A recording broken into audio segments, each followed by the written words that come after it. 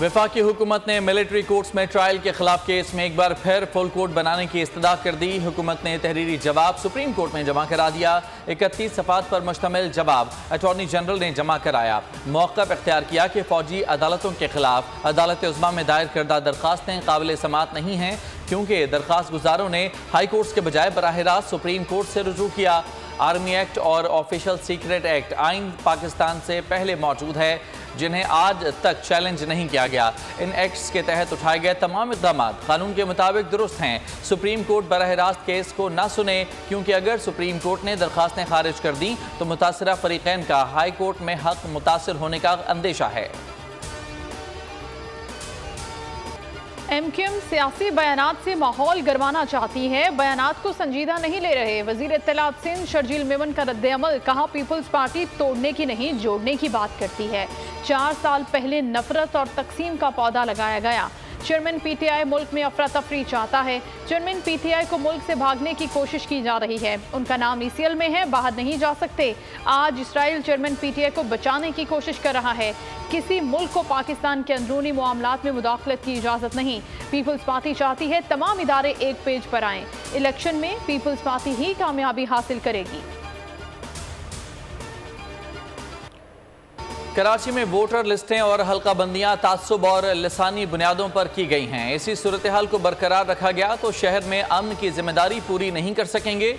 MQM की warning. Khalid मकबूल सिद्दीकी का कहना है कि ऐसे इलेक्शन हों जो सबके लिए काबिल कबूल हों। सिंध के शहरी इलाकों के साथ इंसाफ किया जाए। हमारे बहुत से मुतालबात हैं, अभी तक इंसाफ के मुतलाशी हैं। कराची की आबादी 3 करोड़ के लगभग है, इससे कम किसी मरदमशुमारी को कबूल नहीं करेंगे। अगस्त में असम्बलियाँ और हुकूमत ख़त्म हो जाएगी। इस वक्त हुकूमत हटाने से ज़्यादा अहम जमहूरियत बचाना है। गुज़िश्ता 5 साल में कुर्बानियाँ देकर अमन बहाल किया। MQM लंदन MQM नहीं है। चंद लोग MQM लंदन के नाम पर अमन को खतरे से दो चार कर रहे हैं। बल्दिया उज़्मा कराची की सिटी काउंसिल का अहम इजलास आज होगा। इजलास कुछ देर बाद काउंसिल हाल KMC बिल्डिंग MA जिना रोड में होगा। सदारत मेयर कराची बैरिस्टर मुर्तज़ा वहाब करेंगे। इजलास के सिलसिले में तमाम इंतजामात मुकम्मल। बल्दिया उज़्मा कराची के मुंतखब मेयर, डिप्टी मेयर और अरकान काउंसिल का तारुफ होगा। सिटी काउंसिल में मुख्तलिफ सियासी जमातों के पार्लिमानी लीडर्स अपनी अपनी तरजीहात से काउंसिल अरकान को आगाह करेंगे। बल्दिया उज़्मा की नौमुंतखब काउंसिल का ये पहला इजलास है जो मेयर कराची की मंजूरी के बाद तलब किया गया है। इत्तेहादी सरकार इख्तिताम की जानिब गामजन। फाइनल काउंटडाउन शुरू होते ही निगरान सेटअप के लिए सलाह मशवरे होने लगे। शहबाज शरीफ ने इत्तेहादियों से सर जोड़ दिए। सेटअप में किसका कितना होगा हिस्सा, किसको कौन सी वजारत मिलेगी, तजावीज़ और मशवरे सामने आने लगे। इत्तेहादी सरकार में जिसका जितना तनासुब, निगरान हुकूमत में भी उतना ही हिस्सा होगा। 2 बड़ी जमातों ने इत्तफाक कर लिया।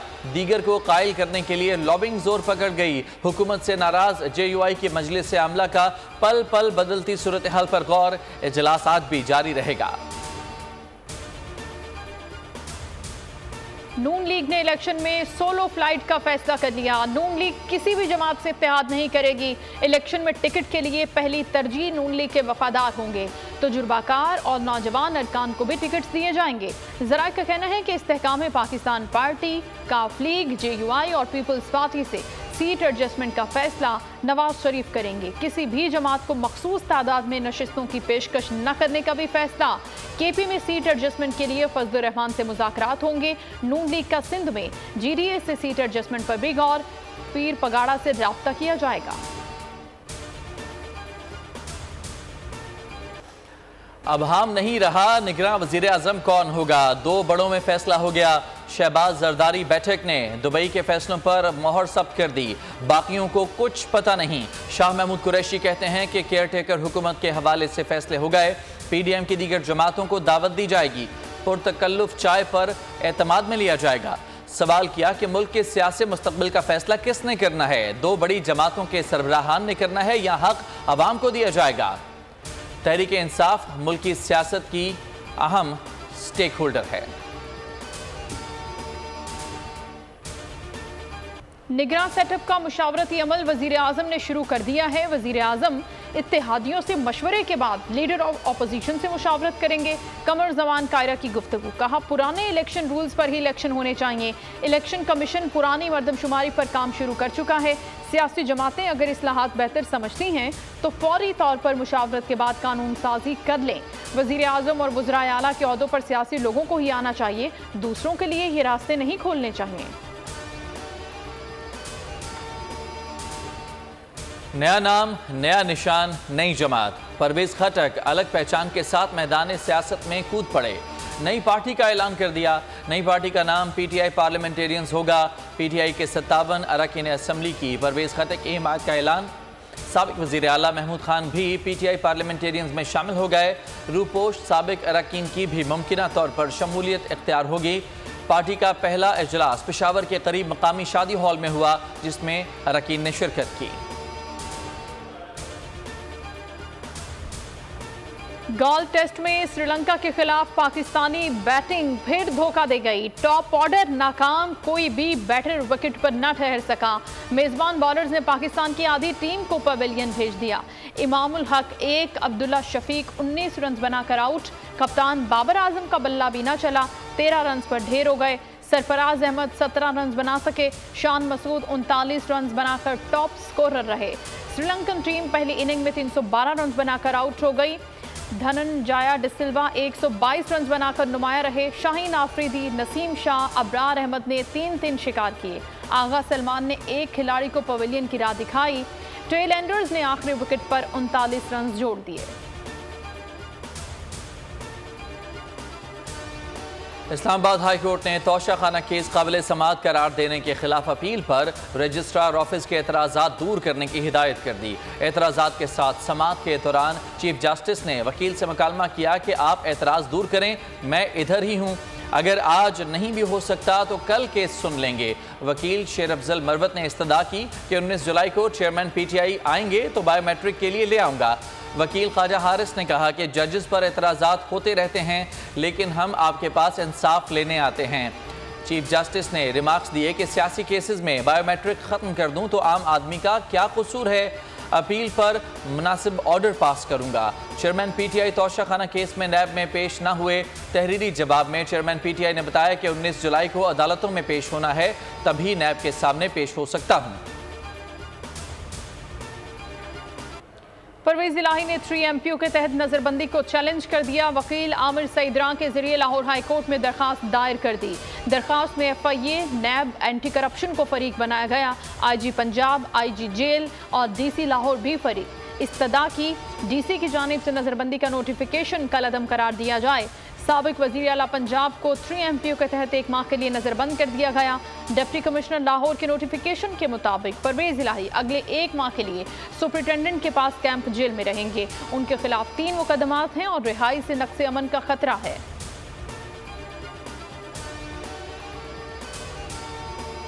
असद कैसर की सवाबी के मुकदमे में 10 रोज़ा हिफाजती जमानत मंजूर कर ली गई। इस्लामाबाद हाई कोर्ट ने एंटी करप्शन को असद कैसर की गिरफ्तारी से रोक दिया। पीटीआई रहनुमा को 50,000 के जमानती मुचलके जमा कराने का हुक्म। असद कैसर को शामिल तफ्तीश होने और मुतालिका अदालत में पेश होने का भी हुक्म दिया गया। इस्लामाबाद हाई कोर्ट के जस्टिस तारिक महमूद ने केस की समाअत की। वकील से मुकालमे में कहा कि जुमे को आप नहीं थे तो दरख्वास्त गुजार को आना चाहिए था। वकील शेर अफजल मरवत ने कहा कि मुआविन वकील आया हुआ था, लेकिन वो बेहतर तरीके से अदालत को आगाह नहीं कर सका। जुमे को अदम पैरवी की बिना पर अदालत ने असद कैसर की जमानत खारिज कर दी थी। ऑनलाइन कर्ज देने वालों ने कर्ज लेने वालों की जिंदगी अजीरन कर दी। बोल न्यूज बन गया मुतासरीन की आवाज। कराची के माजिद ने कर्जा कंपनी से 1,18,000 कर्ज लिया, 6.5 लाख रुपए अदा कर दिए। ऑनलाइन कंपनी अब भी मजीद 5.5 लाख का तकाजा कर रही है। रोजाना उन्हें और उनके रिश्तेदारों को परेशान किया जा रहा है। स्टील टाउन के रिहायशी इमरान अनवर भी झांसे में आ गए, धोखेबाजों के एताब का शिकार बन गए। मुतासरीन ने हुकूमत से ऑनलाइन कर्ज कंपनियों के खिलाफ एक्शन लेने का मुतालबा किया। कहा इंसाफ फराहम किया जाए। ऑनलाइन कर्ज के नाम पर गंदा धंधा धड़ल्ले से जारी। रोज करोड़ों के काले धन का लेन देन उरूज पर पहुंच गया। FIA रावलपिंडी की दस्तावेज में अहम इंकशाफ सामने आ गए। FIA के मुताबिक लोन कंपनियां किसी कदगन के बगैर काम जारी रखे हुए हैं। चंद ऐप्स के अलावा दर्जनों कंपनियां बगैर किसी पाबंदी और कवानीन के सरगर्म हैं। FBR और SCCP को कंपनियों के माली मामलात पर नजर रखनी चाहिए। कर्जा ऐप्स के लिए SCCP को दिसंबर 2022 की हिदायत भी हवा हो गई। हिदायत दी गई थी कि कंपनी मकरूज के फ़ोन, तस्वीर और डाटा तक रसाई नहीं करेगी। अदायगी में ताखीर पर सिर्फ जमानती अफराद से ही राब्ता किया जाएगा। बिजली सार्फिन को जोरदार झटका, पीक आवर्स का दौरानिया 2 घंटे बढ़ा दिया। अब शाम 5 से रात 11 तक इस्तेमाल होने वाली बिजली सार्फिन को फी यूनिट 34 की बजाय 50 रुपए में पड़ेगी। मुल्क में पहले पीक आवर्स का दौरानिया शाम 6 से रात 10 बजे था। महंगी बिजली के औकात कार बिजली के होशरुबा बिलों में मजीद इजाफे का बाइस बनेंगे। तवानाई शोबे में इस्लाहात के नाम पर वसूलियों में इजाफा IMF की कड़ी शराइत में से एक है। रवा माही बिजली का यूनिट 5 रुपए महंगा किया गया था। भारतीय आबी दहशतगर्दी ने दरियाए सतलुज के इतराफ आबादियों पर क़यामत ढा दी। हेड इस्लाम के मकाम पर दरियाए सतलुज बिफर गया। बहावलपुर के करीब भी ज़मीन में कटाव होने लगा।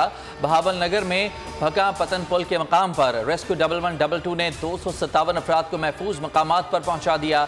चिश्तियों और सलमानकी में भी रिलीफ कैंप्स कायम कर दिए गए। हुकाम के मुताबिक फौजी दस्ते इजाफी सामान के साथ मुख्तलिफ मकामात पर मौजूद हैं। फौज के हरावल दस्तों ने जिला बहावल नगर, मंचनाबाद और चिश्तियाँ के 14 इलाकों में रेस्क्यू रिलीफ ऑपरेशंस किए। दर्जनों मुतासरीन को महफूज मकामात पर मुंतकिल कर दिया गया। मुतासरीन में खुश्क राशन, पानी और तैयार राशन भी तकसीम किया गया।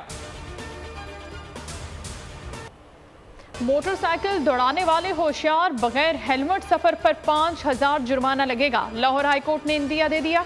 ट्रैफिक पुलिस को हेलमेट रूल्स बनाने की हिदायत कर दी। कहा कि ट्रैफिक पुलिस रूल्स बनाए, अदालत उस पर हुक्म जारी करेगी। जुर्माना लगेगा तो खिलाफ वर्जी करने वाले शहरी खुद ब खुद ठीक हो जाएंगे। अदालत आलिया ने हिदायत की कि पहले 10 दिन तशहीर और शहरियों को आगाही दी जाए। अदालत ने लाहौर की सड़कों पर ट्रैफिक वार्डन्स के जगह जगह सड़क ब्लॉक करके चालान करने पर भी इज़हार नाराज़गी किया। कहा कि वार्डन आधी सड़क ब्लॉक करके चालान करते हैं जिससे ट्रैफिक जैम होता है। अदालत का CBD अंडरपास में पानी खड़े होने की इंक्वायरी का भी हुक्म, रिपोर्ट पेश करने की हिदायत।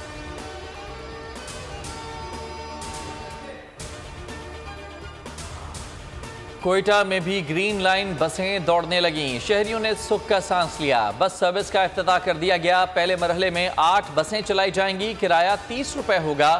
बलेली, कोयला फाटक, सरियाब रोड और दीगर रूट्स पर बसें चलेंगी। हर 15 मिनट के बाद बस स्टॉप पर आएगी। बड़ी बसों में 41 अफराद के बैठने, 20 अफराद के खड़े होकर आरामदेह सफ़र करने की गुंजाइश होगी। चीफ सेक्रेटरी बलोचिस्तान ने जल्द मजीद 20 बसें चलाने की खुशखबरी भी सुना दी। कहा फेज़ 2 के लिए हजारगंजी, सब्जल रोड, मियागंडी और हजारा टाउन का इंतखाब किया गया है।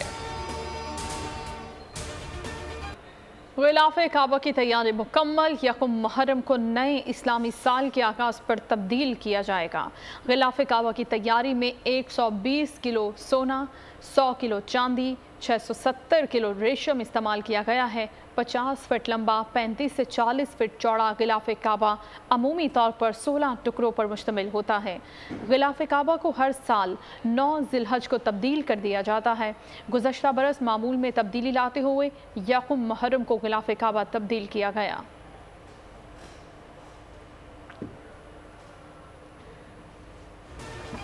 भारतीय बहरिया की नाकामियों की दास्तान। 2000 से अब तक भारतीय बहरिया 26 बड़े हादसात का शिकार हो चुकी। इंडियन टुडे की रिपोर्ट के मुताबिक 2014 में भारतीय बहरिया के 21 अफसरान और जवान हलाक हुए। 8 मार्च 2023 को भारतीय बहरिया का हेलीकॉप्टर बहरा अरब में डूबकर तबाह हुआ। 18 जनवरी 2022 को रणवीर पर धमाके में 3 सेलर्स हलाक हुए।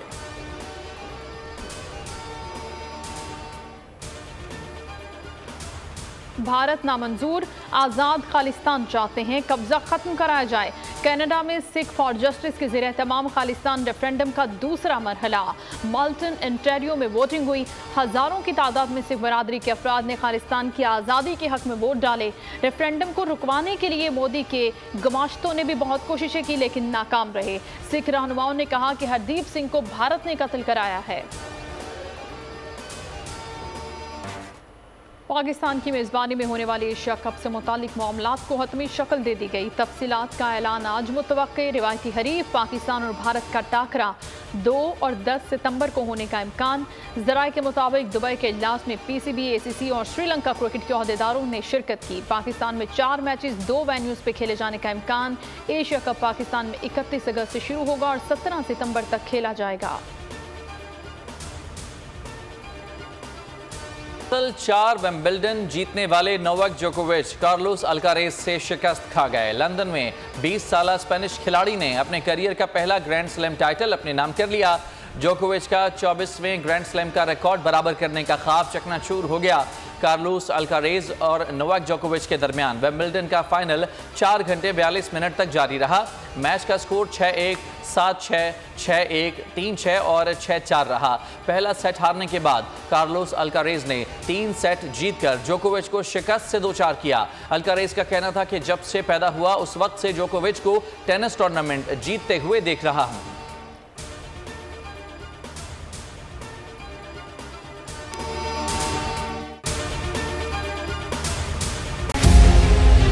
मुल्क मुस्तहकम मईशत की तरफ गामजन। स्टॉक एक्सचेंज भी मुस्बत रुख दिखाने लगा। मईशत की सूरत हाल बेहतरी की तरफ जा रही है। हम IMF के कर्जा मिलने के बाद इस सूरत हाल को बेहतर मजीद कैसे कर सकते हैं? कर्ज बहाली के रोशन इम्कान। बोल ने निभाई अपनी सहाफती जिम्मेदारियां। महंगाई से परेशान आवाम के लिए उठाई आवाज। रिपोर्टर और इक़्तिसादी माहिरीन के सबसे बड़े पैनल के साथ बोल की मिशन मईशत की सबसे बड़ी ट्रांसमिशन 63% आवाम ने देखी अपनी स्क्रीन पर। अगर 21वीं सदी की हम इंडस्ट्री की कोई बात करें तो उसमें फिर इंफॉर्मेशन टेक्नोलॉजी जो है वो टॉप पर आती है। अपनी रवायात को बरकरार रखते हुए बोल अवामी मसाइल को उजागर करने में सबसे आगे। देखिए बोल की अगली ट्रांसमिशन में मोबाइल लोन ऐप का बड़ा स्कैम कैसे हुआ बेनकाब। साइबर क्राइम सर्कल रावलपिंडी की मुख्तलिफ इलाकों में कार्रवाइयां। ब्लैकमेलिंग में मुलविस ऑनलाइन लोन ऐप्स के 9 मुल्जिमान गिरफ्तार कर लिए गए हैं। अगर इस स्कैंडल से मुताल्लिक आपके पास हैं हकाइक तो बनिए बोल इन्वेस्टिगेशन का हिस्सा। आपकी शनाख्त और तमाम तर मालूमात खुफिया रखी जाएंगी, तो बस हमें ईमेल करें या व्हाट्सएप करें 0337 0310 377। सब्सक्राइब करें और बेल दबाएं ताकि कोई खबर रह न जाए।